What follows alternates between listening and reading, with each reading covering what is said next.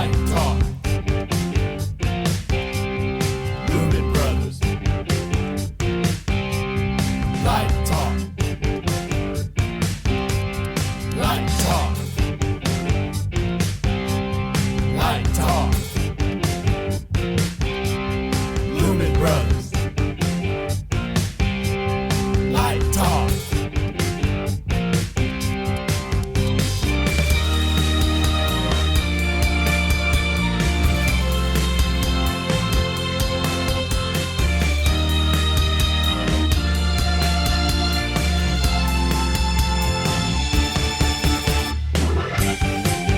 Well, good morning. This is Stan in Gainesville, Florida, and you are listening to Light Talk.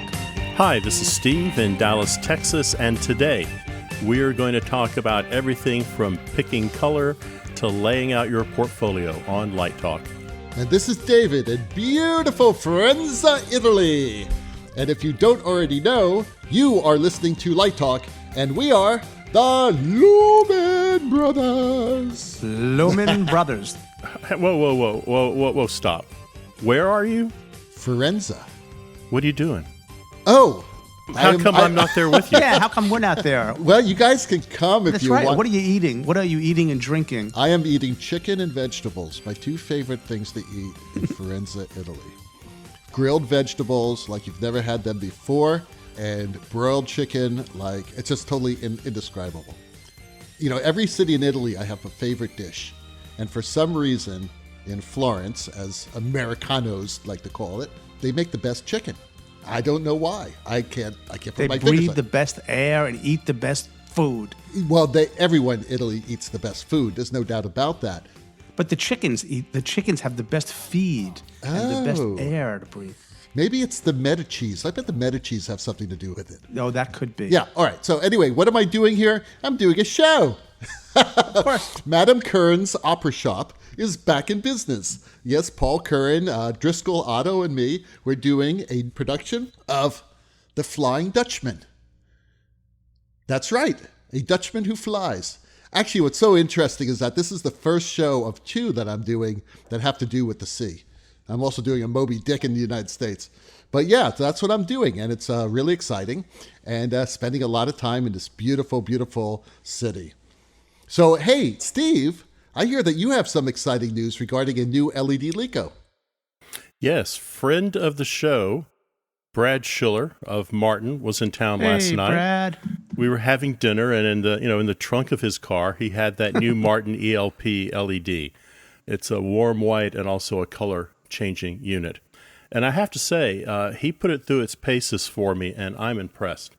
Probably most people saw this at LDI in the private room that Martin had. I did, yeah. Man, it's a killer light. It's like 6,900 lumens. It has a decent CRI with it. But there was a couple things about it. They're just kind of things that I loved. It had a fine focus knob on it.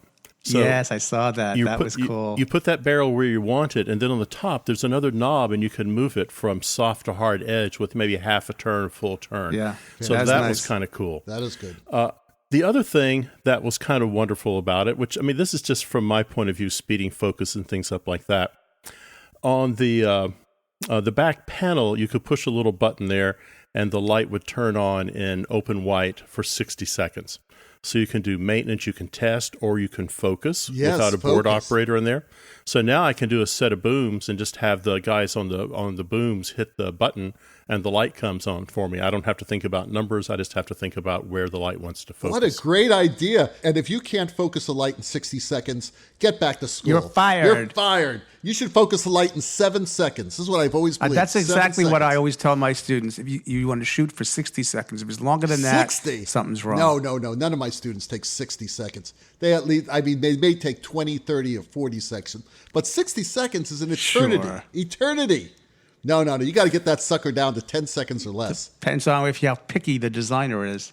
And if you don't want to give up your favorite lens system, their new lights are compatible with, it's a universal lens compatibility, so you can put someone else's lens in there, or you can get Martin's lens. It's a good B-size gobo, and it's coming in 19, 26, 36, and 50 degree. I saw it shooting out with 5 or 6 other lights, and it's pretty impressive. It is a very impressive light.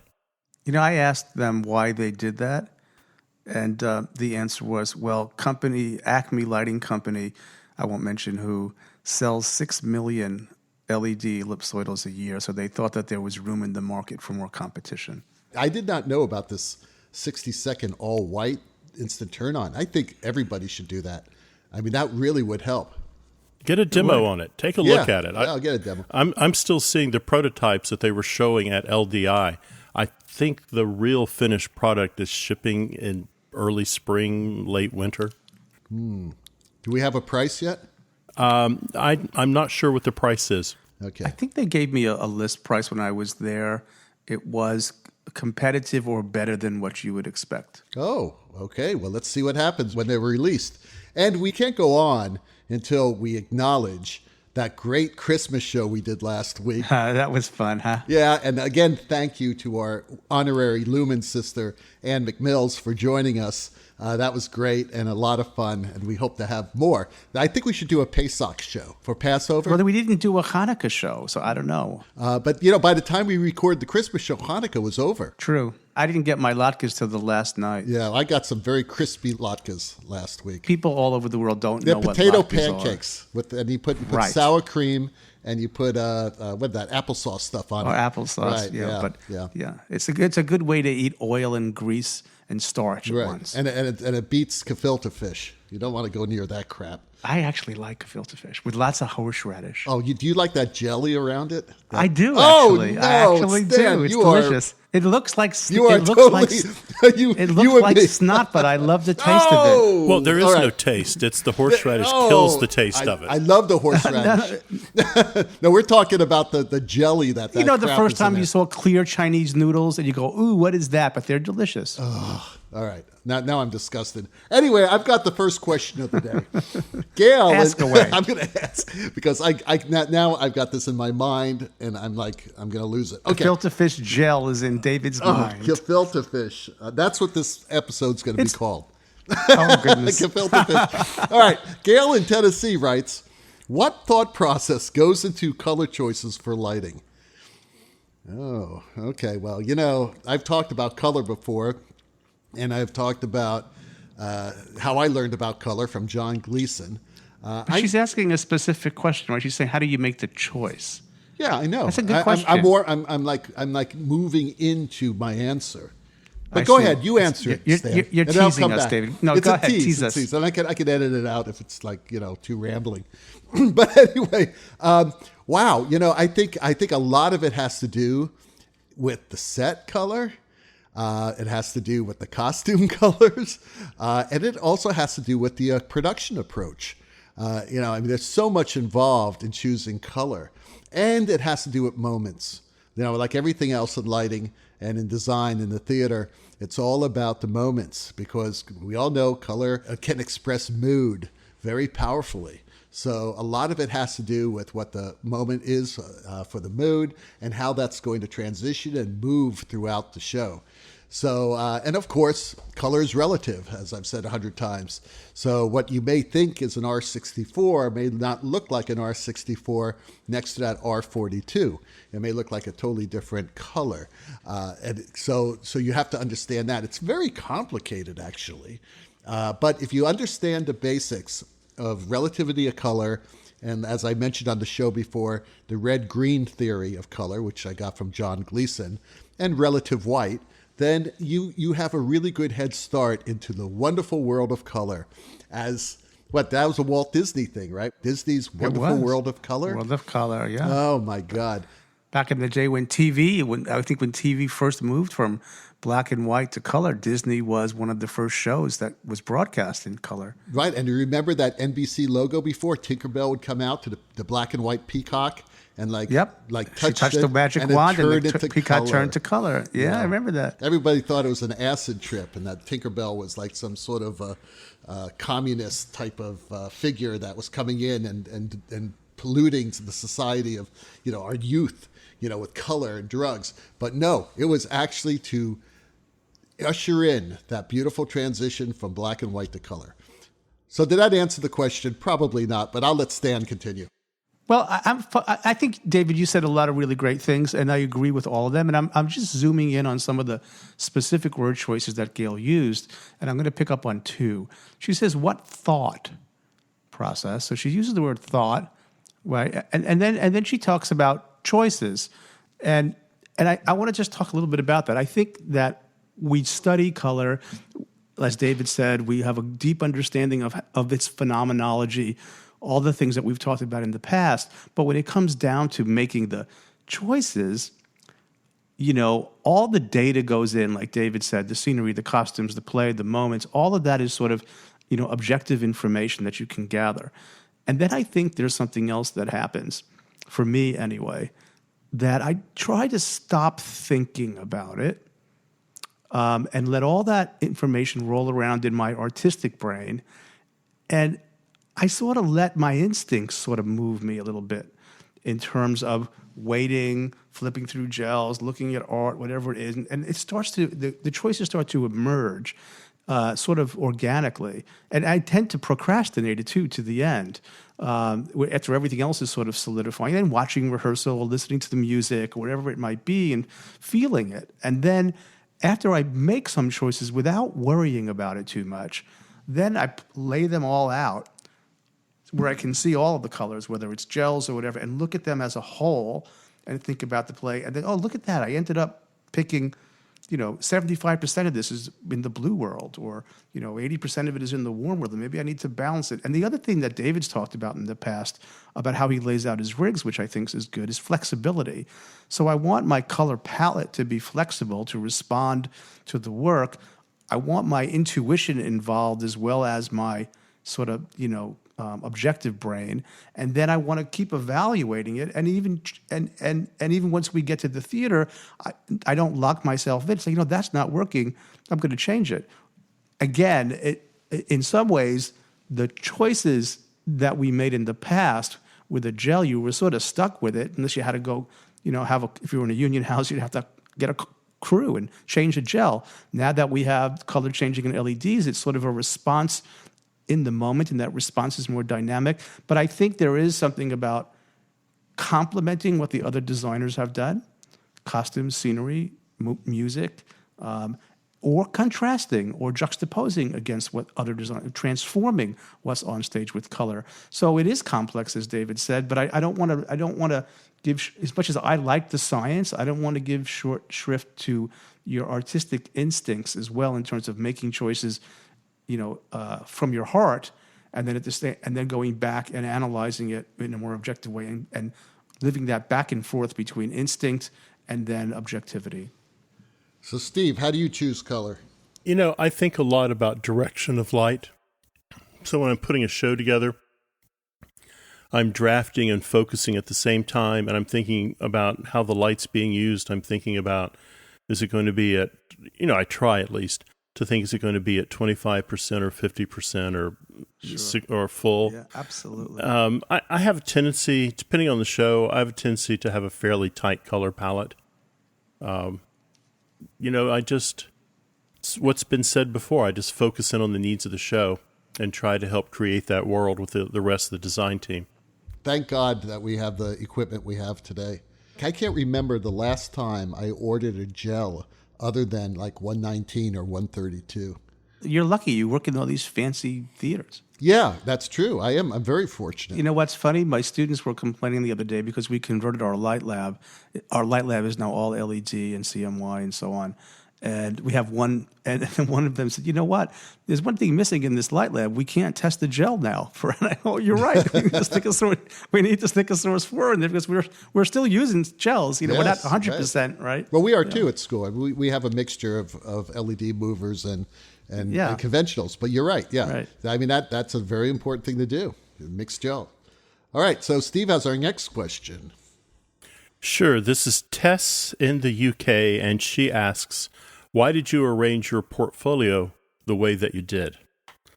Well, let me talk about portfolios in general and not so much how I've laid out my portfolio. I think the thing to keep in mind, Tess, is that your portfolio is going to be a collection of your work, and it's going to show how your ideas have developed over a period of time. Your portfolio, if it's laid out well, is going to show your personality. It's going to show your abilities, things you like. It's going to show your creativity, and it's going to make it very easy for a director or a producer perhaps to evaluate your potential. So I believe the first thing is deciding what kind of portfolio you want. And I would say there are 3 types of portfolio. One is the professional binder, and that is the kind of the 3-ring notebook, and you've got photographs of your show inside that. I think if you're going to use that, you need to think about how you lay that portfolio out. I think if you simply say, this is my latest show, and here, take a look at it, I think that's a bad way to go. I would start strong and end strong. I don't think it has to be in chronological order. I think it's important to label your work 1 image per page. Now, you might go to a digital format. And if you're going to go to a digital format, and I see a lot of these, you want to make sure that your images that you've put on your disk or your thumb drive are in a universal format like JPEG. And I would regularly test that storage device before you send it out to someone, so it's not some kind of weird cryptic file on it or a file that can't be opened. And then finally, there's an online portfolio. And I think if you decide to set up an online portfolio, AKA personal website, make sure it's professionally done. Make sure there are no glitches in it. Make sure things load correctly. Make sure there's no unwanted advertisements, which means you probably have to buy the full free program. And then I think you think about content. And so, getting back to your question, you choose the best work to showcase your abilities. You pay attention to those images. You determine, again, if it's a paper portfolio, what format's going to serve you best. I personally like 11 by 14. 11 by 14 is a nice big image, and it fits on a Starbucks table. I would not go any lower than an 8 by 10. And then the other thing that kind of bugs me is I would pick either landscape or portrait. I mean, if you go with 11 by 14, that's a nice big image, and you can put an 8 by 10 on an 11 by 14 mat. I hate it when someone's constantly spinning the portfolio in front of me because I have a landscape, then a portrait, then a landscape, then a portrait. The other thing is to make sure your portfolio speaks to a range of audiences. So clearly, we have theater, opera, dance. Let's say the big 3. If you don't want to do that, then I would make at least 2 portfolios so that you're not showing opera shot after opera shot after opera shot to a contemporary dance company that might care less. Or you're not showing theater shots to a rock and roll artist who doesn't really want to see your theater shots. He or she wants to see what you've done in music. And then finally, I would say keep your portfolio updated because you never know when you're going to get an interview. And you don't want the last 3 shows to be sitting on a disc somewhere that you can't access to take to the interview. The only thing I might just add to Steve's well-articulated point of view is sometimes I want to tell a little bit of a story, and I want the beginning of it to really make an impact, and I want the last thing they see to make an impact. I tend to think that people really remember the first thing and the last thing that they see, and I want to take them through. Like I might want them to understand, okay, depending upon the job, I want them to see my technical chops, okay? Or I really want them to see my artistic chops. So it's sort of like, start big, what you have in the middle should also be of quality, and then end strong, right? So I think of it as a narrative, right? Because you are setting up an order. So I think you should think of it as telling your story. Yeah, and I think you got to put, obviously, your best work out there. Be very selective, very selective. Oh, yeah, I would say this. Your portfolio is not your file cabinet. Yeah, please, because it's best to show only the stuff that you can talk about and that you're proud of. You're just making me think, I do less theater now and I do more, consulting and construction. And what they ask for, something to think about, is they don't ask for a portfolio. They ask for a credentials package. Right, which is sort of like a list of work you've done, some drawings, some images, some clients, sort of little blurbs about what people have said about you. Or even if you're going to work for a government contract, they ask you to upload what's called a capabilities sheet, right? So it really does, it depends upon the industry. And I think that people who are going into this coming up behind us, the next generation, are not just going to be relegated to the entertainment field. I think people are going to be doing a lot of cross-disciplinary work. So to kind of keep your material in such a way that you can be flexible in the way you present it. Absolutely. That's a very good point, Stan. I've got the next question from Brody in the Lone Star State of Texas. And Brody wants to know, how different has your architectural lighting experience been as opposed to, I guess, working in the theater? Well, I've done a little bit of architecture, and I made a short list of some of the differences, and I'll just kind of run down them quickly. Permanence versus something temporary. So there's a big difference there, and we could get into the weeds on the differences between a permanent install versus a theater setup. Working with contractors is a little bit different than working with theatrical electricians. Similarities, but significant differences. They might not be, in most theaters, the electricians are they know they're supporting an artist and an art form. The contractors, not so much. They sort of just want to do their job and go home. Although, a quick story: I did this fancy artwork down in Palm Beach this semester, and there was an electrical contractor, but these guys work in these high-end homes, and I was so impressed with how much this contractor cared about the focus. I mean, I was really impressed. So sometimes you can be surprised. The costs are different.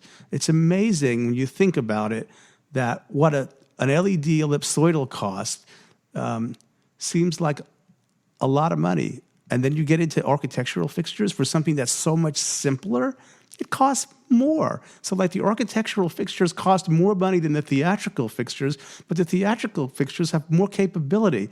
And there's differences there because it's got to go through testing, it's got to go through, not that the theater fixtures they do as well, but it's just a more rigorous design process, and the market is different. They just cost more. So that's a big difference.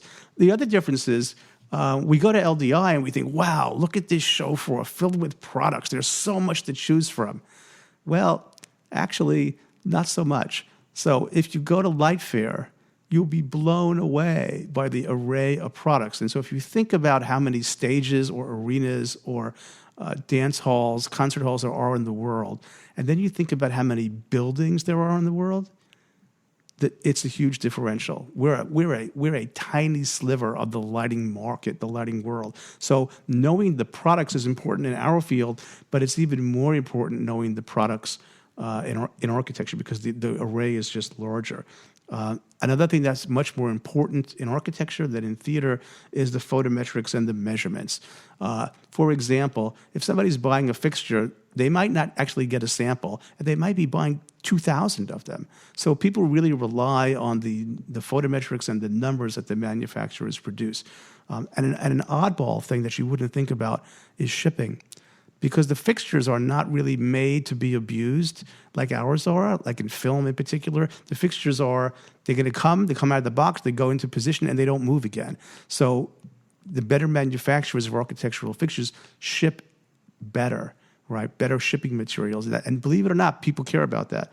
I think distribution is different. The distribution of light and how important that is for sometimes uniformity, meeting codes, that kind of stuff changes. The changes that are going on. If we think we're going through disruptive change, boy, that field is really going through disruptive change. They are just now really sort of embracing sophisticated controls, which really comes from our world. It used to be, even 8 years ago, turning a light on and off that was controls for the most part. Dimming lights was considered fancy. That was like a luxury, and it would be done with 0 to 10 volt. And why 0 to 10 volt? Because it was cheap. We can't afford DMX. Do we really need DMX? And I remember going to a conference in architectural lighting, and I was one of the theater people in the room, and I said, you better move away from 0 to 10. I said, well, why? Well, because at the very least, you're going to have a color tunable white soon. Warm to cool, you're going to need more than one channel of control. And of course, now that is happening. So there's significant differences, but I always like to say that there are more similarities than there are differences. I agree with Stan, and the funny thing is that I think they're more expensive because the clients can pay more. For the most part, yes, and all that expense, that's exactly what you said. It's a different sort of work world. Like, it's a lot of sitting in front of a screen in a cubicle. You get some on-site time, but it's not like being on a stage every day and being in the theater every day. So it's a different kind of style of working. It's working more like an architect engineer, and you're going to have some site visits and focus. You live for the focus call, right? But a lot of it is screen time. Well, let me just tell you that you, all of you, everybody out there who's listening, is listening to Light Talk with the Lumen Brothers. And this week, Light Talk is sponsored by Bad Hombre Stage Productions. You know, over the last year, box subscriptions have become very popular. You can get, for example, survival boxes, grooming boxes, even cigar sample boxes. And now from Bad Hombre Stage Productions, the Big Box of Death. That's right, the Big Box of Death, a monthly subscription of our most popular products. Sign up now for our introductory box and you will receive our Local 1 belt buckle that doubles as a beer opener, focus tool, and utility knife. Or perhaps you'll prefer the Local 16, slightly, maybe, too short utility kilt. Perfect for rigging, ladder work, and all those all-day-long focus calls. Wow. What a box. What a box. But wait, it gets better. Partnering with Pet Sweat of Japan, and for a limited time only, you will receive no hot stagehand. The sweltering heat of the summer touring season or the film studio will make you willing to try almost anything to stay cool. Our no hot stagehand spray will keep you cool all day. These sprays look strange in their application, much like spraying shaving cream directly onto your arms and face. But they provide sweet, sweet cooling relief all day long. And you can get them in white, lime green, or safety yellow. Sure, it looks gross, but what doesn't? Order now, and Pet Sweat will throw in a bottle of refreshing cow piss. Oh! That's right, our tasty beverage made with extra calcium and sarpis. You know, sarpis, the Sanskrit word that refers to fermented milk. I know when I'm thirsty, I always reach for a big, cold bottle of cow piss. Bad Hombre Stage Productions. In time for the new year, the Big Box of Death. Oh, wow. And Wait, I got to say something now- about cow piss. First of all, I got to clarify. Cow piss is spelled Calpis, okay? So That's correct. So we have to put that out. What's under that kilt? That's my question. the Big Box of Death. Well, that's a nice box there. Growing up in the Clinch Mountains Oh, here we go. of Scottish origin, we had our kilts. We had kilts in Clinch Mountain. I mean, they were mostly like potato sacks because we couldn't afford nice material. But I remember growing up. I mean, I grew up on a farm, and most of our products we sold at market, which included our milk. And so to stretch our milk, my mother quite often would add a little extra calcium to it. She would add some powdered milk. She would let that whole mixture ferment. I remember growing up every day, cornflakes and cow piss. It was some of the best eating I've ever had. You know, if you waited too long, it was kind of a stingy aftertaste, if the fermentation went too far. Wow. And is that really what it was called, Steve? Calpis? Calpis. Yes, Calpis. We actually called it Mother's Milk. Oh, very nice. So, Steve, I have a question about this kilt made out of burlap. Didn't that chafe your legs? Didn't you have like chafing? Oh, God, it was hell. It was hell in the summer. Riding the tractor, my burlap bag kilt. Oh, my God. Oh, riding that tractor. Ouch. And now, back to Light Talk. So that duck sound means that it's time for our Let's Talk About segment. We were going to chat a bit about negotiation techniques. You know what negotiations are, how much money you're going to make, and also things like right of first refusal, tours, television rights, things like that. Very, very important things. So I'm going to let my brothers start the conversation. How do you negotiate, Stan? Well, I don't do TV or any of that. Most of my negotiations nowadays are in the construction world. So we negotiate based on a request for a proposal.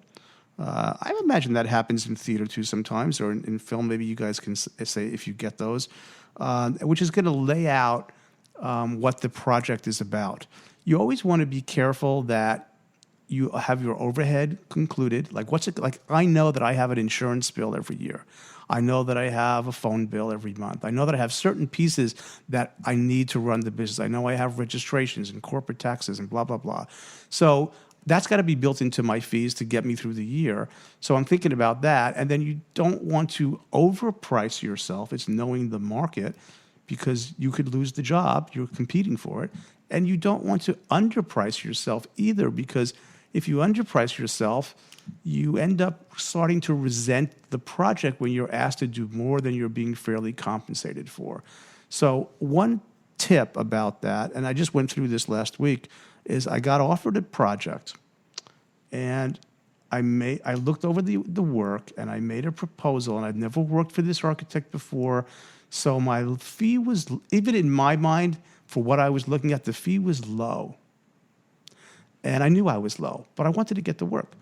The next day I talked to the architect, and I said, my fee is, I was just really honest, and honesty is a good policy. I said, my fee is kind of low here, but I'm not really clear, because I know I'm working on this concert hall space and this black box theater space. You've said that, but I don't know what they're doing in it. And if they don't know what they're doing in it, it's sort of difficult for me to know how complex the project's going to be. So we need like a programming statement. And he said, you're right. And at this particular client, because he's worked for them before, things tend to, let's say, grow over the course of the project. And that's a red flag. And so that means it's going to change as we move down the road. So he was on. He said, why don't you go back, put in a meeting for programming, and bump your fee up a little bit in the construction phase, because we know that this client. So that sort of saved me. And so it's quickly developing this honest candor, relationship with candor with the person that you're talking to, so that you can get to something. If somebody is trying to negotiate you down or whatever, that kind of thing, or here's the one I hate. Oh, well, I'm really in a hurry to get this done. Shut the door. Walk away. That's how mistakes happen, right? So you've got to really sort of evaluate the client and then negotiate in good faith. Yeah, those are very good points, Stan. I only have a couple things to say. If you're working Broadway, you're working some of the places that have union contracts, there is a guide on how much money you make and also on your rights, and I would not give up any of that, ever. As far as negotiations concerned, when you're negotiating with friends, you should always, always consider it a business. You're always talking business. But there are a very small group of people, of friends who I've worked with for years, and they hire me regularly, and sometimes I tell them, something? I know you've always been fair with me. How much, what can you afford? And these people I trust, and I don't think I can't imagine ever saying that to a general director or manager or producer, but sometimes I do that. I really do. And I'm very fortunate that I've been able to do that. If it's too low, then, say, I'm sorry, I'm not going to be able to do it this time. But usually it's not. Usually the people are fair. So again, it's a very, very small group of people I'm able to do that with. Yeah, I think you're really lucky, David, to have that. I was on the flip side to what I said earlier. The dark side would be that whoever is hiring you, essentially they don't really want to pay you anything. They would like for you to do it for free. I mean, wouldn't you like the guy who's going to fix your front porch to do it for free? But that's not fair. So there's sort of this idea that I don't believe in the business axiom that charge whatever the market will bear, because I don't think that builds long-term relationships. I think that's aggressive. I think it should be fair. I remember when a guy came to fix my gutters, and he evaluated the situation, and I looked, and he said, well, I'll send you a quote. And I said, let me guess what I think this is going to be a cost about. And I said, I think it's a $300 job. And he said, yeah, you're about right. And we shook hands, and we knew that's about, because if you do work, you sort of know what a fair price is if you've been working for a while, and you know when you're getting ripped off. So I think there's that but it's a dance, and just be a good dancer and be an honest dancer. What do you think, Steve? Well, I was going to make 4 points. And I would say the first point is break your negotiation into parts. So rather than sit down and have kind of an all or nothing discussion, break it into parts. Let's talk about fee. Let's talk about, lunch money. Let's talk about cab money. Let's talk about right of refusal. Let's break it into a lot of parts so you can have successful conversations about everything rather than making it an all or nothing kind of affair. I would also say one of the things I often say in a negotiation is I'm only asking for what's fair. And this puts the responsibility on the other person. Because once I say, well, I'm only asking for what the actors get. I'm only asking for, I want a private room. I mean, the stage manager's not going with a double room. So it's things like I'm only asking for what's fair. And that makes you seem a whole lot more reasonable. And, I have a tendency to prioritize. So I go into a contract negotiation knowing what it is I want and what it is I don't have to have. And so I prioritize what my conversation is going to be, what questions I'm going to ask. And I also try to find ways when I'm talking with the producer, honestly, to say things like, you're right, or I agree with you. So it's a positive note. So when I do say things like, well, I have a different point of view on this, or I'm not quite sure I agree with you, I don't seem so terribly unreasonable. And finally, I would say, particularly in the theater, I would do your research before you go into a negotiation. Years and years and years ago, maybe 30 years ago, there was a theater company in New York called Theater X. I think they were an off-Broadway house. They had an operating budget for the year of $30,000. So that was an important bit of information to have when you met with them to talk about a contract. So if you walk in and say, I need, at the time, $3,000 to design your show, and they're doing a 7-show season, that's just not going to happen. So if you don't know who you're talking to, and you don't know what their budget range is or what their expectations are, again, you create a situation in which they cannot find any way to accommodate you or even meet you halfway. So all those things, prioritize, find ways to say yes, do your research, and try to keep it civil. The last thing I would say is try to take passion out of it. Think about the facts. What are the facts we're dealing with here? Don't use feelings. So use facts, don't use your feelings. We have a question from Abella in Spain, and she says, do you think about it as a career, or was it pure passion for you? I started falling in love with theater when I was in the first grade. I did a play called A Tom Thumb Wedding, and I was, third spear from the left. And then by the time I was maybe 10 or 12, I was reading Shakespeare. And I absolutely fell in love with it. So for me, this has been pure passion. And it's fortunate that it's also a career. Same for me. I'm going to, if you all heard my Christmas disaster story last time on the Christmas show, that's where it began. And I just couldn't seem to get, I tried my darndest to get away from it and do something else. And it kept reeling me back in. So it was definitely passion for me. I did it for the girls. Hey guys, that Hammond organ solo tells us that once again you've spent another morning listening to Light Talk. Be sure to follow us on Facebook and subscribe to our podcast. That way you will not miss 1 second of Light Talk Insanity. No guarantee is offered regarding the accuracy of any statements or opinions made on this podcast. If you decide to litigate, we are entertaining a new law firm called the Emitters Group. I think they're made up of LEDs, and they will defend us till our retirement funds are depleted. Light Talk is written and produced by the Lumen Brothers, coming to you from some small town in Italy, Gainesville, and the Lone Star State. And be sure to tune in next week when we discuss how would you categorize your own lighting style? When did you land your first internship, and what was the most valuable thing you learned from this experience?